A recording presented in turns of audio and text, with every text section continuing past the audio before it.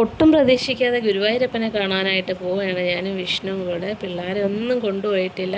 ഞങ്ങൾ ബസ്സിലാണ് പോകുന്നത്. അതുകൊണ്ട് തന്നെ കുട്ടികളെ ഒന്നും കൊണ്ടുപോയില്ല. പക്ഷേ ഗുരുവായൂരിൽ ചെന്നപ്പം എൻ്റെ അമ്മ പറഞ്ഞറിയിക്കാൻ പറ്റാത്തൊരു അനുഭൂതിയാണ് നമുക്ക് ആ ഒരു അമ്പലത്തിൽ നിന്ന് കിട്ടുന്നത് കേട്ടോ.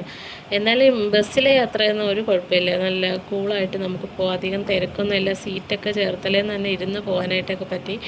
ഗുരുവായൂർ അമ്പലം ഈ ദൂരെ നിന്ന് ഇങ്ങനെ കാണുമ്പോൾ തന്നെ നമുക്ക് വല്ലാത്തൊരു ഫീലാണ്. ഞാനങ്ങനെ ഗുരുവായൂരപ്പൻ്റെ ഫാൻ ഗേളൊന്നും അല്ലായിരുന്നു. പക്ഷേ ഇത്രയൊക്കെ ക്യൂ നിന്ന് അവിടുത്തെ ജനത്തിരക്കും പിന്നെ ക്യൂ എല്ലാം നിന്ന് ഗുരുവായൂരപ്പനെ കണ്ടു കഴിയുമ്പോൾ എല്ലാവരും നമ്മൾ ഗുരുവായൂരപ്പൻ്റെ ആരാധകന്മാരായിപ്പോവും. അമ്മുമ്മമാർ തൊട്ട് കൊച്ചു കുഞ്ഞുങ്ങൾ വരെ എല്ലാം ഇവിടെ ജനസാഗരമായിരുന്നു.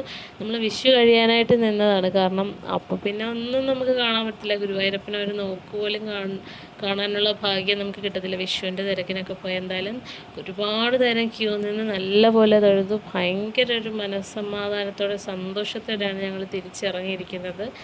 നിങ്ങൾ ഗുരുവായൂരൊക്കെ പോയിട്ടുണ്ടോ ഗൈസ്? നിങ്ങൾക്ക് എന്തെങ്കിലും അനുഭവങ്ങളൊക്കെ ഉണ്ടെങ്കിൽ പറയണേ. അപ്പോൾ എൻ്റെ വീഡിയോ ഇഷ്ടപ്പെട്ടാൽ എല്ലാവരും ലൈക്ക് ചെയ്യണേ, സബ്സ്ക്രൈബ് ചെയ്യണേ, കമൻറ്റ് ചെയ്യണേ, പിന്നെ ഒരു ഹൈപ്പും കൂടെ ചെയ്തേക്കണേ ഗൈസ്. എല്ലാവർക്കും thank you so much. Hare Guruvayurappa.